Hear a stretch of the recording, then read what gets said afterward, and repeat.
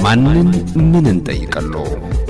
ኤልያስ ኢብራሂም ባላለው ለሚኩራ ክፍለ ከተማ ወረዳ 3 ነው። ቦታው እንግዲህ ዮሐንስ ቤተክርስቲያን ጀርባ አካባቢ ነው። የኛ ማህበር ስሙ ህዳሴ ቂርቆስ የጋራ መኖሪያ ቤት ማህበር ይባላል። በ2005 ዓ.ም መንግስት ለሁሉም ዜጎች በራሳቸው ቤት እንዲሰሩ በተመቻቸው መሰረት ማህበሩ ተቋቁሞ ቤት መስራት ጀመረ ማለት ነው። ይሄ የጋራ መኖሪያ ቤት ማህበር ነው። ቤቱን ለመስራት መንገዱን አዘጋጀን በአካባቢው በነበረው መንገድ። ከዛ ያንን እየተጠቀምን ቤቱን እየሰራን ወደ 4 አመትና 5 አመት ከቆየን በኋላ ያን የምንጠቀምበትን መንገድ በዛ በኩል የነበረ ገበሬ ይሄ መንገዱ የኔ ስለሆነ እርሻ መሬት ይነካል፣ ስለዚህ በዚህ አታልፉም ማለት። አጠቃላይ ጥያቄው ምንድነው? የመንገድ መውጫና መግቢያ ጥያቄ ነው። አቶ ግርማ ይሄንን ባክግራውንድ ምናልባት የምሰጠው ለምንድነው ያው ጉዳዩን በደንብ ለመረዳት እርሶም እንዲመች ለሌሎችም መላሾች በቂ መረጃ እንዲሆን በሚል ነው እንጂ ዋናው ጥያቄያችን ምንድነው? በዚህ ወረዳ ላይ አሁን ቤቱን ጨርሰን ወደ 30 አባወራዎች ቤት ውስጥ አሉ፣ ግን በአካባቢው ምንም አይነት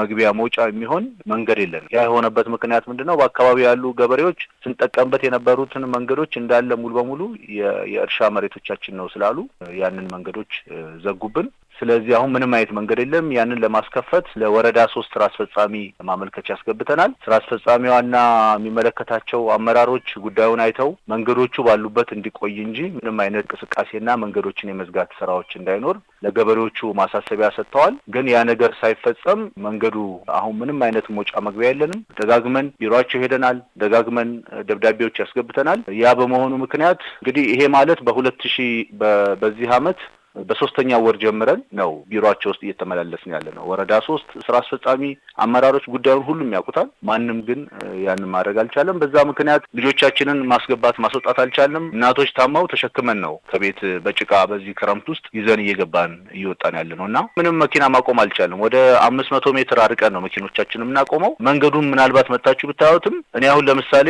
ሰራተኛ ነኝ። ከቤት ስወጣ አንድ ጫማ የጭቃ ጫማ አድርጌ ነው መኪና ውስጥ አስቀምጬ እንደገና ያንን አርገን እንደገና ሌላ ጫማ አርገን እንደገና ምንወጣውና አሁን በቅርቡ ለምሳሌ ኦፕራሲዮን የተደረገች እናት ነበረች። እሷን ተሸክመን ነው ያስወጣነው። አንድ ህፃን ልጅ ለሊት ታሞብን በዝናብ ነው ይዘን ወጥተን ያሳከምነው በሌሊትና በጣም ከፍተኛ ችግር ውስጥ ነው ያለነው። አመራሮቹ ከቃል ውጪ እሺ ከማለት ውጪ ምንም አይነት ተግባራዊ ምላሽና መፍትሄ ምንም ሊሰጡን አልቻሉም እና በጣም በችግር ውስጥ ነው ያለነው። አቶ ግርማ ምናልባት መረጃዎች አሉን፣ ደብዳቤዎች ያስገባናቸው አሉ። ተጨማሪ መረጃ ካስፈለገ ልንሰጥ እንችላለን። ይሄ ነው ችግራችንና እያቀረብን ያለነው ጥያቄና መፍትሄም ስላጣን ነው ወደ እናንተ ይሄንን ጉዳይ ልናመጣ ያሰብነው። ይሄ ከሆነ ስንት ጊዜ ሆነው? እንግዲህ አጠቃላይ ይሄ የመንገድ ሁኔታ ካነሳን ከ2015 ጀምሮ ነው። አጠቃላይ ይሄን ጉዳይ ወደ ወረዳ ወደ ጥያቄው መነሳቱ ሳይሆን መግቢያ መውጫ አጣን ያሉት ጥያቄ ካልተመለሰ ምን ያህል ጊዜ ሆናል? መከልከል ከጀመረ ከ3 ወር ይሄ ህዳር ወር አካባቢ ጀምሮ ነው እንግዲህ መመላለስ የጀመርነው። ይዘጋል መንገዱ። ከዛ ከወረዳ ይመጣሉ፣ ለማስከፈት ጥረት ያደርጋሉ፣ መልሶ ይዘጋል። አሁን ግን ሙሉ በሙሉ እርሻ ሆኗል። መንገዱ የምንጠቀምበት የነበረው መንገድ ሙሉ በሙሉ እርሻ ሆኗል። አሁን ፕላኑ እርሻ ነው መንገድ ነው ይላል። አሁን ምን መሰለህ አቶ ግርማ እንጠቀምበት የሚመስለኝን ሳይሆን አንድ ቀጥታ ንገሩኝ። ምንድነው ፕላኑ የሚለውን ንገሩኝ። ፕላኑ በተነገረን መሰረት በምንጠቀምበት ያለው መሬት በእግርን መውጫና በመኪና መግቢያ ስንጠቀምበት የነበረው መንገድ በሁለት ህንጻዎች መካከል ያለ የመመላለሻ መንገድ ነው። በሁለት ህንጻዎች መካከል ያለ መመላለሻ ውስጥ ለውስጥ መንገድ ዋና የዚህ የ8 ሜትር የሚሉት መንገድ አለ። እሱ አይነት ሳይሆን በህንጻዎች መካከል ያለ ክፍተት ሆኖ ነው የሚታየው ስንጠቀምበት። ዋና መንገዱ የትኛው ነው? ዋናው መንገዱ ደግሞ ምንድነው? ከኛ ህንጻ ፊት ለፊት አሁን ነዋሪዎች እነዚህ የትናንሽ ቆርቆሮና እንደዚህ የገበሬ ቤቶች ያሉበት ቤት አካባቢ አለና ዋናው 8 ሜትር ተብሎ የተቀመጠው እሱ ነው በፕላኑ መሰረት። ስለዚህ እናንተ አሁን እየጠየቃችሁ ያላችሁት በዋናው መንገድ እንጠቀም ሳይሆን ከዚህ ቀደም እንጠቀምበት የነበረው አማራጭ መንገዳችን ተዘጋ ነው። አዎ ጥያቄው ምንድነው? አሁን የሚሆነው ምንም አይነት መንገድ የለንም። የመንገድ አማራጭ ይሰጠን ነው። አሁን ዋናው መንገድ ምን ሆነ ታዲያ? ዋናው መንገድ በፊትም አልነበረም አቶ ግርማ። ዋናው መንገድ አሁን ዋናው መንገድ ምን ተሰርቶበታል? በዲዛይኑ መሰረት አሁን የተወሰኑ የገበሬ ቤቶች፣ ሰነድ የሌላቸው አንዳንድ ቤቶች፣ እርሻ እንደዚህ ሆኖ ነው ያለው። ያ በፊትም እንደዛ ነው። በፕላኑ መሰረት ሊሆን የሚገባው የአርሶ አደሮቹ ይዞታ ላይ ሳይሆን ዋናው መንገድ ይከፈትልን ነው። እሱ መሰረታዊ ጥያቄ ነው። ትክክል ነው። እሱ መሰረታዊ ጥያቄ ነው። እሱ መሰረታዊ ሆኖ ግን በጊዜያዊነት ምንም አይነት የምንጠቀምበት መንገድ እኮ የእናንተ ጥያቄ መግቢያ መውጫ አጣን፣ ዋናው መንገዳችን ይከፈት ነው። የአርሶ አደሮቹ ይዞታ ላይ ጥያቄ ማንሳት ተገቢ አይሆንም። ትክክል ነው። ሲጀመርም ቦታው የአርሶ አደሮቹ እንደነበረ ታውቃላችሁ አይደለ? እናንተም ያላችሁበት ቦታ ትክክል ነው።